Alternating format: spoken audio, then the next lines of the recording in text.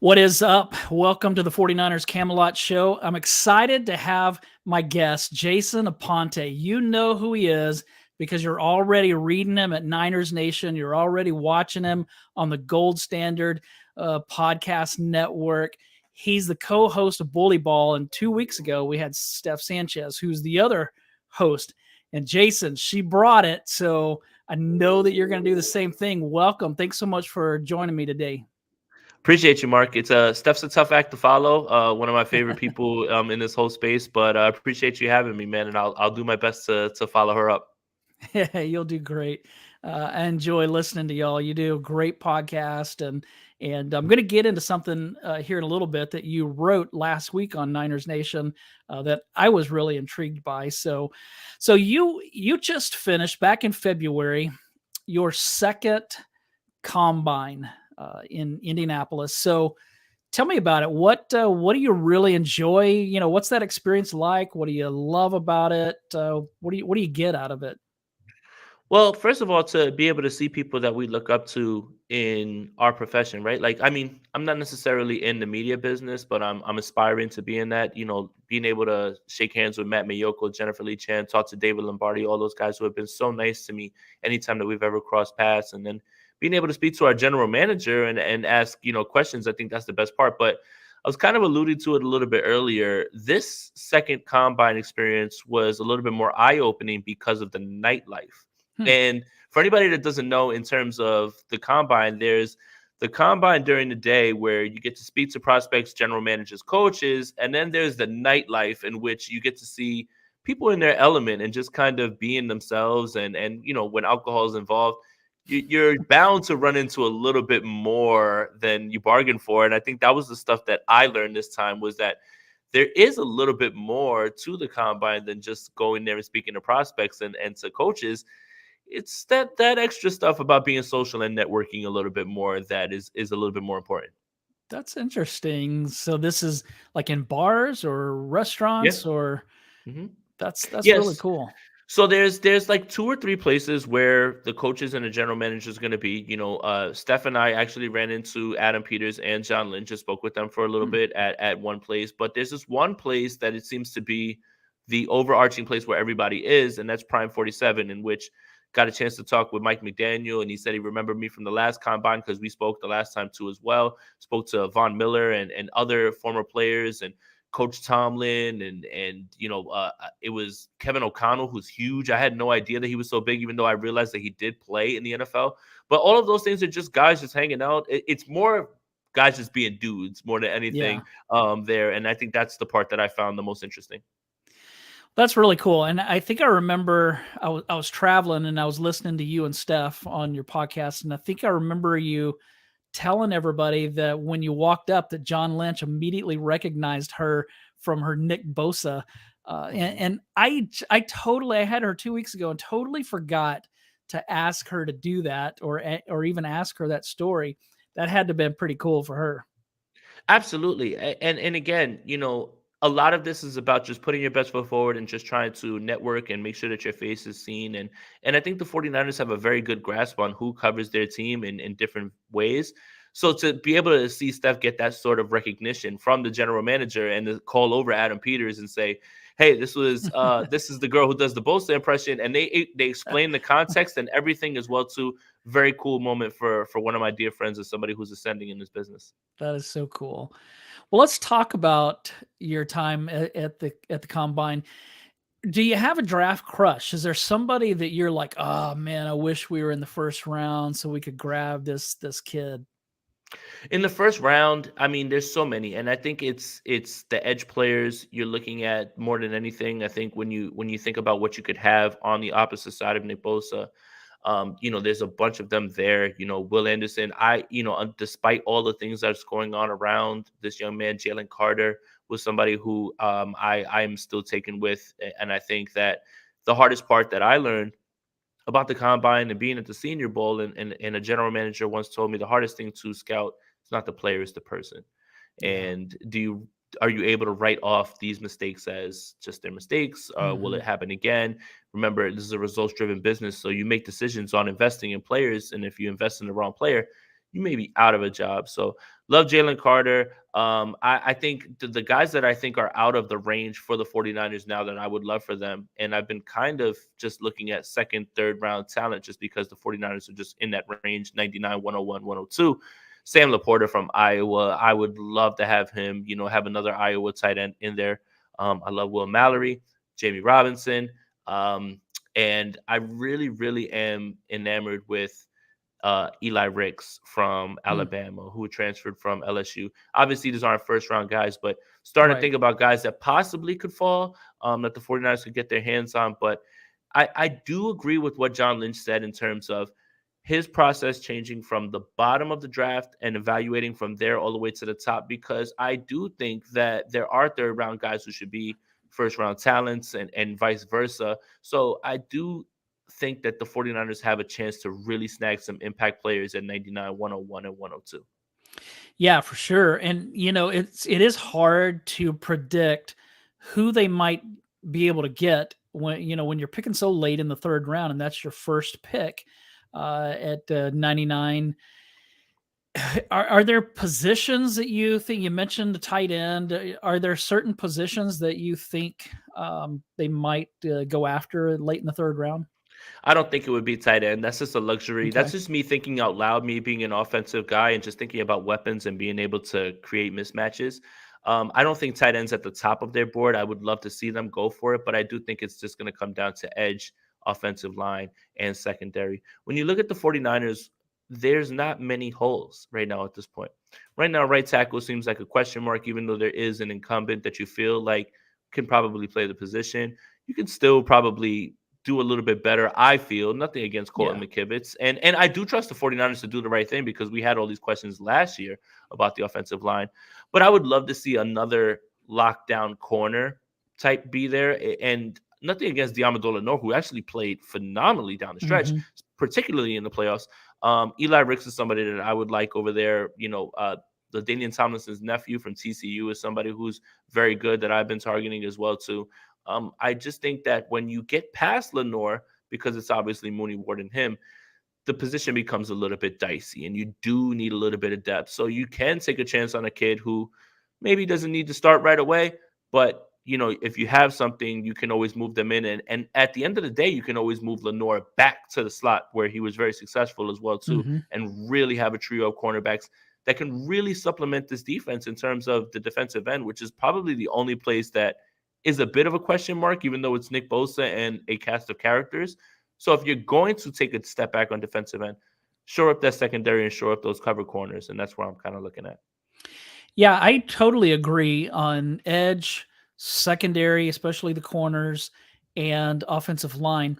The one thing that makes me wonder about the tight end, because this is a deep tight end class, is the fact that it seemed like, especially in 2020, that Kyle Shanahan wanted to find another receiving tight end to go along with George Kittle.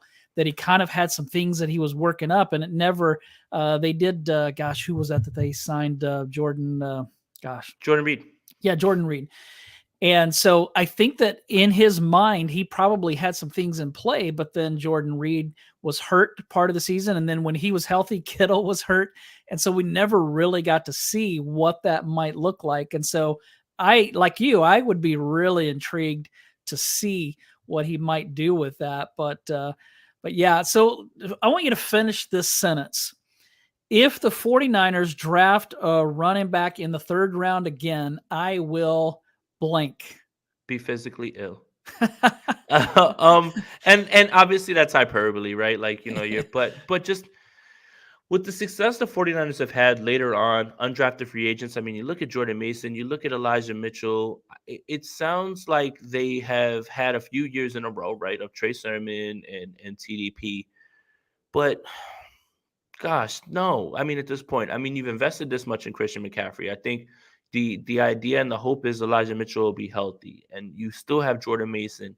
You can still draft someone later on, but please not in the third round, especially when you have these glaring needs at impact positions. And there's so much talent that we just talked about in this draft that you can have that can impact you right away. Right. Just please no. I know. And, I think like I'm an Oklahoma guy, so I follow the Sooners and watch just about every game that they play. And so I really was all in on Trey Sermon. I thought when he was a freshman at OU, I thought this kid's going to be really good. And he was in college, but at Oklahoma, they just each year they seemed to play him less, and then he ended up at Ohio State. And so I thought that he was going to be good. I thought that Ty Davis Price was going to be good, and maybe he will be, but so far he hasn't been. But here's the other thing: I I thought uh, I thought that Jalen Hurts was not going to be good. I did not think that he would be a good NFL quarterback. Watching him at Oklahoma, I didn't think that he could throw. And man, I this is why I'm not a scout because I keep being wrong on these guys. So I don't know what those guys just they know a lot more than I do, obviously. But yeah, I'm with you. I hope that the running back comes late in the draft, or like an undrafted free agent like they've done in the past. They score with those guys. I think that's the best part about the draft process and why so many people are enamored with it, right? Like you have these guys that you find in the later rounds that you've been eyeing, and then you're right about that. And then sometimes the guys like you said, like Jalen Hurts. I mean, I've got a ton of draft misses myself, like and the same thing is like I'm enamored with the guy, his tools. You forget that situation matters, that you never know how players are going to develop, and I think that's the fun part of it. That's why if people had this down to a science, then everyone would do it. Hmm. And that's why there's so many comings and goings in terms of scouts, general managers, guys who actually evaluate this talent that get it right in TV. Like for instance, Matt Mayock. Then when he gets a chance to run his own team, Right. you almost miss on almost every single pick. So That's it's a an great imperfect point. science. It's an imperfect Yeah. science, and I think that's the most fun part about it. Yeah, that's a really good point. Because there are others like him who just struck out, and yeah, it's got to be a tough gig, for sure. And then you talked earlier about character issues. You have the Reuben Fosters who, man, he was so good in college. Let's take this chance, and it didn't work out. But then there are other guys who maybe they had some issues in college, and Terrell Brown was one, the cornerback out of Texas that played for the 49ers in the Harbaugh days, but they never had problems with him. So things happen, and I'm with you on Jalen Carter. That just sometimes we have to give kids a break. I mean, remember what it was like when we were in our early 20s or teens. And so yeah. So let me ask you, beyond the draft, do you think, because obviously we're not there yet, do you think the 49ers have done enough so far this offseason? I think they've followed their pattern of first day, they've got a guy that they targeted and they pay them big money. Now, is the getting the best player at the position thing normal for the 49ers? No, which is what they've done with Javon Hargrave. But if you look back at this regime, first day they usually go right out and they get their guy. And sometimes that's Jerick McKinnon, sometimes that's Quan Alexander or Malcolm Smith, but they target a guy and they get him. So I think the question becomes, does Javon Hargrave make up for the loss of Omenihu, Ebukam, and the rest of this defensive line? Even Jordan Willis, which I was very shocked about. I Hmm. thought that he was almost a shoo-in to come right Yeah. back. And I thought that, again, Chris Kosaric, who they're taking another chance on Clean and Farrell, and they've gotten guys that have been producing for them. I think it depends on what you believe Javon Hargrave will do for this team. And I do think that there is a bit of a chance that Javon Hargrave is so good at what he does because he was the best player on the market that it does make up for that loss. And him and Eric Armstead can become this duo that I think is only surpassed by probably Allen and Payne in Washington. And then Nick Bosa is going to be Nick Bosa. And then if you can get a little something from your edge rotation, the other side, which I think the 49ers will, whether that's Drake Jackson, whether that's a bevy of players as they normally do, I think they've done fine at this Hmm. point. The other thing is it's April 11th. Yeah. And for all intents and purposes, for a lot of teams, free agency's over, especially when you only have $3 million of cap as the 49ers do. but there are so many impact players still available right now. I mean, for goodness sakes, like Marcus Peters, Yannick Ngakoue, Justin Houston. I mean, these aren't just regular guys. These are Yeah. impact players. So to say, have they done enough? I think that they're still solidified as a top 1-2 roster in the NFC, depending on how you land. But the gap's closing, and I think a lot of teams have done a ton to improve themselves. I think for one is the Dallas Cowboys. I know people don't want to hear that. I think another one is Seattle Seahawks, and they have a Hmm. chance to really improve themselves in this draft. But I do think that it's not over, and I think when we look at the full scope of the team going into camp, I think we're going to say it's definitely enough. It's all going to boil down to the one question mark with this team that it seems to be every single offseason is quarterback. Yeah. Yeah. That is going to be the big thing. And, I was thinking defensively, if they can get a little bit out of Javon Kinlaw, I mean, he would be a great rotational piece. I think that obviously he hasn't become who we thought that he would be, but and mainly it's been because of his health. But if he could get healthy and they can get something out of him as a rotational piece, then definitely, along with Javon Hargrave, that defensive line could seriously be good, almost as good as that 2019 defensive line.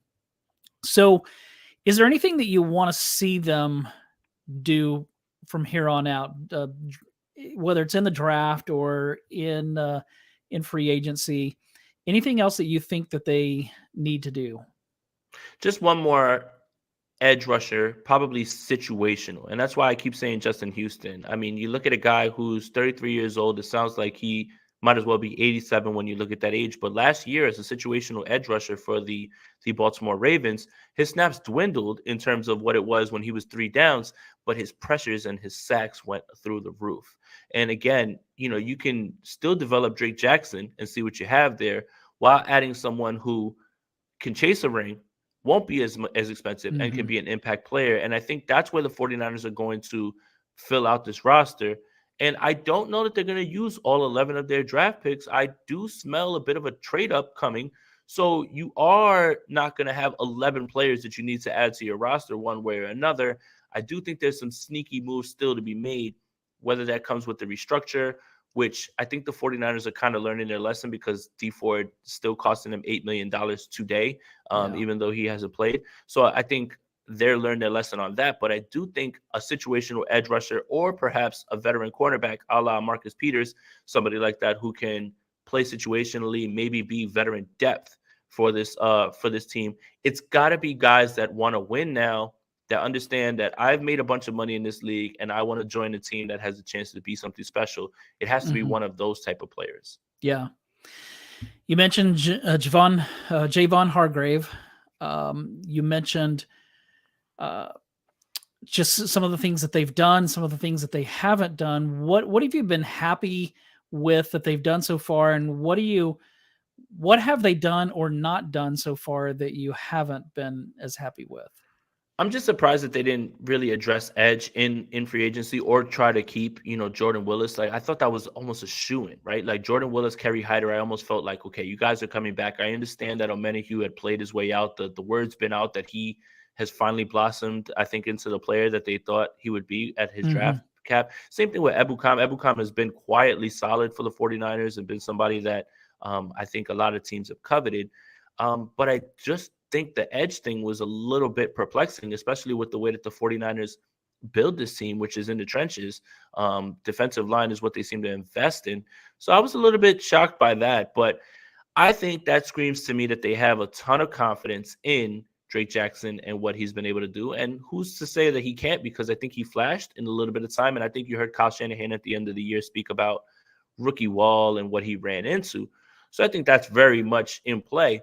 But I'm just a little bit shocked that they would lose Jordan Willis and a few other reliable rotational pieces because Jordan Willis has been impeccable. So, I mean, in the Bay Area, he shouldn't have to pay for any alcohol after the block punt in Green Bay. And he's just a part of 49ers lore. So I was a little bit shocked by that. Right. Yeah, I agree with you on that. I wanted to see them bring back a Minahu, but I wasn't surprised that they didn't. just because he did play so well that I wasn't surprised to see other teams really coming after him. So, well, let's get into this piece that you wrote last week. Because I obviously, my show's called 49ers Camelot. So it's that it harkens back to the glory days when Bill Walsh referred to the 49ers as Camelot, and Eddie DeBartolo called it Camelot, and Carmen Policy called it that at Joe Montana's retirement ceremony. And so I really like talking about the old days. I don't know if a lot of fans, especially the younger fans who weren't around in those days, I don't know if they like hearing that stuff as much. Maybe it frustrates them, but I really like that. And so I liked your piece. It was for Niners Nation. It was called 3 Franchise Records That Will Last Forever. So I want to go through those. The first one was George Seifert's win percentage and record. He, with the 49ers, was 98-30. Incredible record. Now, he inherited a great team. And that team was as dominant as any that we've seen in 1989. I'd have to go back. I probably should have done this, but I didn't. He may have had at least 2 14-win seasons. Mm-hmm. I'm not sure. Maybe he did. may have even had a couple of 13-win seasons. But yeah, he won a lot of games. So why do you think that he's not going to be reached? When you look at win percentage, when you're 98-30, I mean, that extrapolates to, during his time, less than 4 losses per season. 4. And he's never had less than 10 wins in any season. And he did have 2 14-win seasons, right? And obviously the context behind it is what he inherited. Okay, we're not here to argue that. What we're here to argue is what's going to stand and what won't. This is going to stand forever, because when you look at parity, when you look at NFL standing not for long, salary cap, all of these things, players not sustaining the level of time that usually is seen, right, with these teams, 98-30, someone may surpass that win total, but nobody will surpass that winning percentage. I mean, out of 128 games, you won 98 games. I do not see how that's going to be broken. Love Kyle Shanahan, but he had an uphill climb when he started, and he just broke 500. And he's an amazing coach, and I think he may be the next one that we speak about when we talk about great coaches. But just to be able to come out of the gates and win a Super Bowl 14, 13, 14, win another Super Bowl 13, 14, 12 wins, 10 wins, 11 wins every single year seems almost impossible based on the way that the league is going and how close the league is with parity. Yeah, and he's such a nice guy. Last year I wrote a piece for 49ers Web Zone on why Roger Craig deserves to be in the Hall of Fame. And I got to interview some of Roger's teammates, and I got to interview George Seifert, and he was so nice. Wow. Very giving of his time, and even, when we finished, took time to ask me about myself personally and how I became a 49ers fan. And so I really think a lot of George Seifert. And I do remember that when Walsh retired, I remember hearing some of the players say that they were more motivated in 1989 to win that Super Bowl than they were before, because they wanted to prove they could do it without Walsh. And so I think that doesn't say anything. I mean, that says a lot about Walsh in a positive way, but they wanted to escape his shadow. And unfortunately, man, George Seifert, Steve Young had to get the monkey of Joe Montana off his back. But Seifert, I don't know if he ever got the Walsh monkey off his back. Even when he won his Super Bowl in '94, he still was. It seemed like the fan base never really embraced him like they did Walsh. Yeah, I think it's for all of those things that we talked about, right? A lot of the, oh, well, he inherited this team and Walsh built this, and I think that's very fair. But at the same time, I don't think you're underestimating how hard it is to keep that group together, motivated. And I think it just goes to show you, from what you were saying about the team being motivated under Seifert more, that these guys hear everything and they're aware of what's going on, and I think that's really cool as well too. It's always nice to find out that the people that played for your favorite team or coached your favorite team are nice people, and Yeah. that they're giving of their time and they still want to talk ball. I think that's a really cool story that you just passed along. But I do think that it does speak to this fan base is very smart. And I think they understand everything. They can contextualize. Well, in 88, you bring in Seifert. A lot of 49er fans probably say, well, I could have coached that team. Well, I understand the sentiment, but probably not. And I think that underplays how well Seifert was able to coach his team year after year. Yeah. Your second one was Jerry Rice's 22 receiving touchdowns. That's receiving. That's not total touchdowns. Nope. 22 receiving touchdowns in 1987. That was the strike shortened season. That was in 12 games. Yeah, nobody's going to do that. No chance. I mean, Randy Moss took 16 games to get that 23rd touchdown, and he was in the last game that he got it. Absolutely impossible. I mean, if you loaded up Madden right now and you had a creative player and you tried to score 22 touchdowns in 12 games, 23 touchdowns with a rushing touchdown in 12 games, it probably wouldn't let you do it unless you were playing on absolute rookie. Yeah, Jerry Rice, this is why he's the greatest. This is not only a franchise record that will never fall. This is something that you'll never see ever again. And I thought this was pretty easy. I tried to stay away from just doing Jerry Rice because you can just do all his franchise records. But this one stands above the rest. The fact that we crowned Randy Moss as the most receiving touchdowns in the season. But man, what if Jerry Rice would have had 4 more games? Do you think that Randy Moss would have even had a chance? So, yeah, Right. I mean, for my favorite player, this one was the easy one. And I think this is one that will never be touched ever.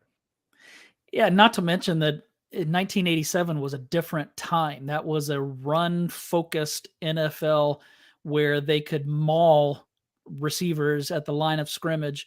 Now they can't even touch them. You can't even breathe on them. And so, not taking anything away from Randy Moss, but yeah, so impressive that Rice did that in 1987. The third thing was Frank Gore's career 49ers rushing yards. He rushed for 11,073 yards. Incredible career. And yeah, that's probably not going to be broken either. Yeah, I mean, it's more about, first of all, Frank Gore coming in with all these health concerns when he's drafted, and then literally becoming the staple of durability. Yeah. It's just, we talk so much about running backs, using them for 4 or 5 years on their first contract and not paying them a second contract. And you kind of see the pitfalls of all of those things. We can go through the names, like Ezekiel Elliott comes to mind right now. And that now he's not even employed right now, unfortunately. Derrick Henry is probably somebody that's next for this to happen. You have to play your entire career for the 49ers. You have to play 9 years, and you have to be able to stay healthy this entire time to beat Frank Gore. I just don't think that it happens, especially right now in this era of Kyle Shanahan being able to find guys in the later rounds, undrafted free agents. And he just now traded for a back that is a premier back, but Christian McCaffrey is going to have to play for a while to break this one. And he's already got the track record with the Carolina Panthers. So, yeah, I don't think this one happens. And it's just a testament to Frank Gore's durability and his accountability. And another thing, during this time that he ran for all these yards, it wasn't a secret what the 49ers were trying to do. They weren't necessarily trying to fake you out. They were going to run Frank Gore 100 times a game pretty much, and you still couldn't stop him. I think this is something that won't be broken. He never had a really good quarterback that he was playing behind. Alex Smith had some good seasons. Colin Kaepernick had some good seasons, but never like the kind of guy that we would think would put up the kind of numbers that Frank Gore did. But yet he still did. Like you said, I mean, he faced a lot of 8-in-the-box defenses because they weren't threatened by the quarterback or the receivers. And so I think that says a lot about him. Sad that at the end of that Super Bowl, they weren't able to get him into the end zone and get him that touchdown and win that game. That one still cost me some sleep. But all right, let's do something fun. Let me ask you a question. How many times have you watched that Super Bowl? Let's see. I of course, I watched it live, Mhm. and I'd recorded it. Um, I went back and watched it in full at least once. Yeah. I think that there have been some times that I've turned on NFL Network and it's been on, and I've just sat and watched a little bit. But man, it is hard. It's hard to watch both of those Super Bowls because you have the one that they were way down, and they should like. This is just my opinion. If they play the Ravens 10 times, they beat them 8. I mean, to me, they were clearly better than that Ravens team. That Ravens team was old, especially on defense. And I think that they should have won that game. Patrick Mahomes, that's a different story. I never felt comfortable, even when there was 7.5 minutes left and they have a 10-point lead. I'm still like, I can't breathe because I'm just so nervous because that guy's so good. But yeah, those are hard to watch for sure. So I've watched the 2019 Super Bowl a few times. I feel like that one doesn't bother me as much for the same reason that you are. It's almost like you can't contain him for the entire game. Like it's eventually going to break, right? Mm-hmm. But that Ravens one, I've only given myself one more chance to watch it, and Okay. those 4 downs. I know obviously everybody looks at the goal line fades and everything, but Colin Kaepernick on the first play is sprinting outside and he's going to walk into the end zone, and they called a timeout before the play. Mm-hmm. That is the play that when I watched it again, it forced me to miss more sleep, even as much as I'm just like, why didn't you run the ball just one more time with Frank Gore? That one really, really hurts because they had it. They were on the doorstep right there, and the play calling at the end, give credit to the Ravens. They buckled up right there in the goal line. But that first down play, because they had so many issues all season with getting plays in on time and not taking delay of game penalties. If you just let that play go, Colin Kaepernick walks in, and we're having a completely different conversation. Yeah. It is frustrating, and especially when I watched it at the time, and you can see this if you go back, but at the time on those final 3 passes, the Ravens were blitzing the crap out of Kaepernick. I mean, they were coming hard, and so he had to get rid of the ball real quick. I just wondered, man, if they would have seen that, could they have snuck something right over the top, right behind that? I don't know. I'm not an offensive coordinator, but they had such a creative running game that, like you said, I think if they would have run the ball again, they probably could have got in. But what are we going to do? The thing I remember most is just shocked. Yeah. The 49ers don't lose Super Bowls. How did this happen? Right. But 2 things happened in that Super Bowl that has never happened. First time that a 49er quarterback threw an interception, and them losing a Super Bowl. And then one more thing that's just I hate to keep digging into this one, but the 49ers were such an odd offensive team, right? You have Greg Roman calling the plays, first through third down, all through. You have Harbaugh in a certain section, and then Jeep Christ calls all the plays in the red zone. Such an odd way to call plays. I wonder if one person was in charge of just calling all the plays, no matter who it is, or maybe Jim steps in times, things would be different. But it's just something that it was typical to hear that there were 3 different guys calling plays. It was a little odd to me even at that time.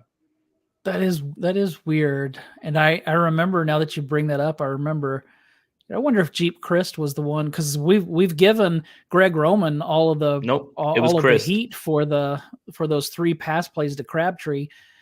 So wow, that gosh, I just Greg Roman got him down, and then they turned right around to Jeep Christ, and the rest is history. Yep. Wow. I know. Wow.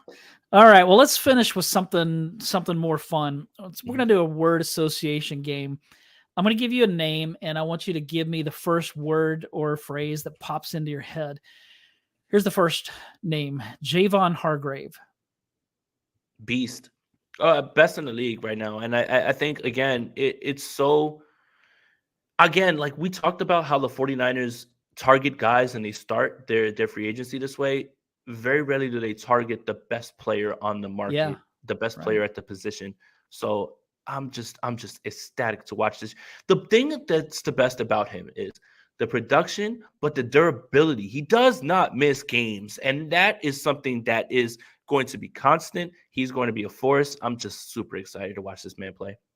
Yeah, I had John Chapman on, and I wanted his opinion on that play in which Brock Purdy got hurt. Did he like the fact that a backup tight end was given the job of blocking Hassan Reddick?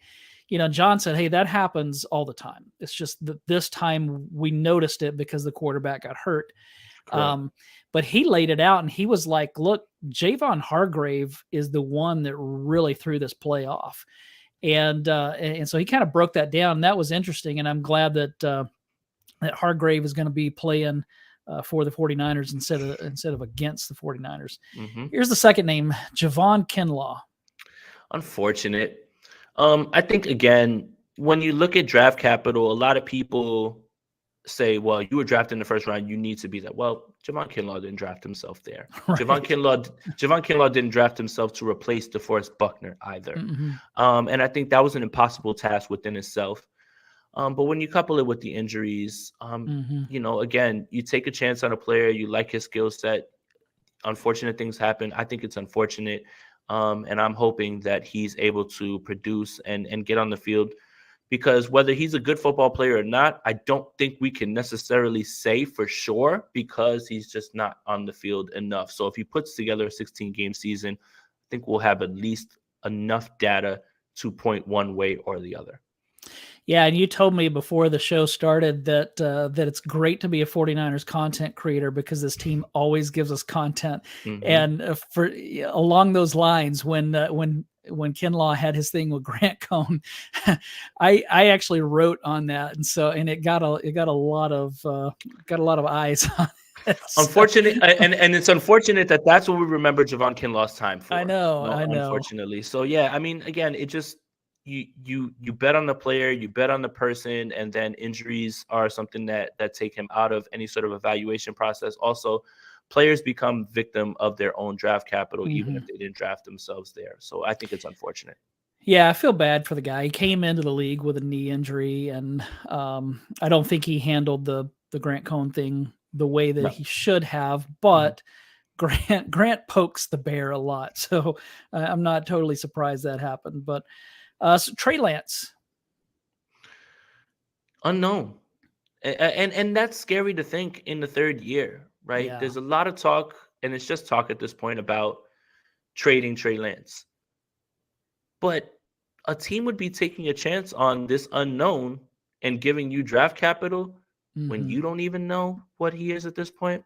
Yeah, it's just unknown. And I still am of the mind that his drafting was a bit of a miscalculation and was not in line with the 49ers timeline. The thing that he needed was reps to take bumps and bruises. The thing that this team was trying to win now.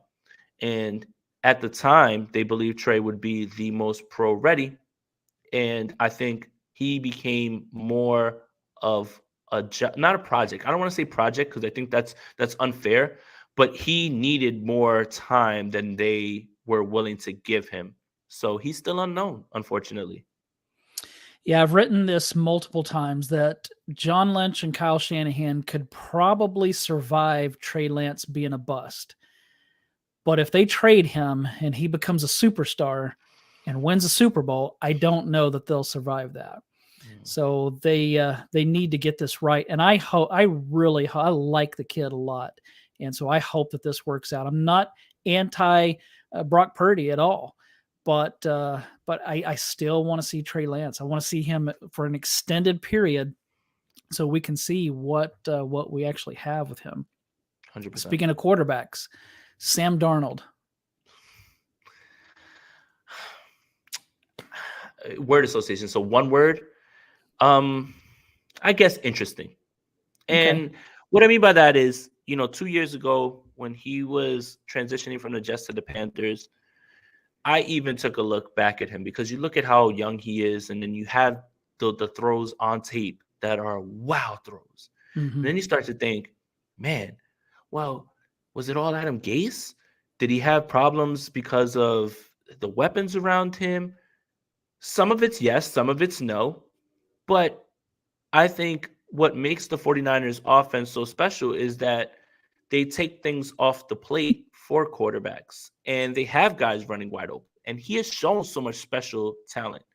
He's interesting, but I do not like the idea that people are interested in seeing what Sam Darnold can do in this offense without saying, I'm interested to see what Trey Yeah, Lance can do in this offense. exactly. I've got a much bigger sample size of Sam Darnold not being good Hmm. than I do of Trey Lance being anything. And I just think that there's a little bit of a disconnect in terms of what you're excited to see from Sam Darnold when you have 55 starts, as opposed to what you should be trying to look forward to, which is Trey Lance after only 4 and whatever, how many starts he has. Yeah. Kyle Shanahan. Close, Mm, close, close. But when I say close, it's weird because you say close because of how close his team has gotten. yeah. But he's trying to do it in an unconventional way that it may never come to fruition. And let me explain. What I mean by that is most people get the quarterback and then the rest of the team, not the rest of the team, and then just trying to figure out quarterback as you go along. That's a good Um, point. Again, Shanahan's offense is geared to wide open guys. And if you listen to him and you understand, Shanahan's offense is the show, is the quarterback, right? The Yeah. quarterback just needs to execute. And I think we saw Hmm. that at a high level with Brock Purdy, not to take away anything away from him. But what Kyle Shanahan is trying to do is buck the trend. So if you Hmm. go and you look back at Super Bowl winners, what are all of those Super Bowl winners? They are franchise quarterbacks and they have guys that steal the show. Patrick Mahomes, Tom Brady, you go through the list, you go through the list. Nick Foles is probably the only one out of the recent Super Bowl winners that you can say is not a franchise quarterback. So Kyle's trying to do it the unconventional way. He's close, but he's trying to do it in a way that nobody's really done it. And I think that's the part where, unfortunately, it may not be enough because you can have all the talent in the world. You need that guy when the chips get down. Wow. Great point. That was excellent. How about Jed York? Uh, hmm. He's improved a lot. And what I mean by that is it felt like Jed for a little while, particularly after the Harbaugh Hmm. years, was trying to put a stranglehold on this team as I'm the decision maker. I'm the one who is picking the guys now from here, here, and here. And he kind of wanted to get out of the shadow of, well, Harbaugh's the reason this team is great. When Jed York was like, well, look, I brought in Trent Baalke. Trent Baalke, for all the flack that he gets and the draft picks he missed, what about the draft picks that he landed? I mean, he Yeah. he landed some premier talent for the 49ers, and that helped. Now, obviously, Jim Harbaugh comes in and things change. But he's improved a lot because I think he's understanding now. I have my input. My pride has to go to the side a little bit. And he's kind of turned this thing over to Shanahan and Lynch. And who can argue with the results, especially with how quickly Hmm. they turned this thing around since 2017. So I think he's improved and I think he's learned a lot about pride, what's best for the team, and how you can still be a good owner. And I think he's been very much all of those things, especially these past few years. Yeah, I definitely agree with that. And when he fired Harbaugh, I was wishing that he had a Carmen policy like his uncle Eddie DeBartolo had, because obviously it's been widely reported that DeBartolo fired Bill Walsh multiple times, and Carmen policy would always talk him out of it. And so I wish that Jed would have had somebody like that at that time, because that was a horrible look. And then to follow that up with the guy that he hired to replace Mm-hmm. Harbaugh, that was just a mess. How about Brandon Ayuk? Oh, untapped still.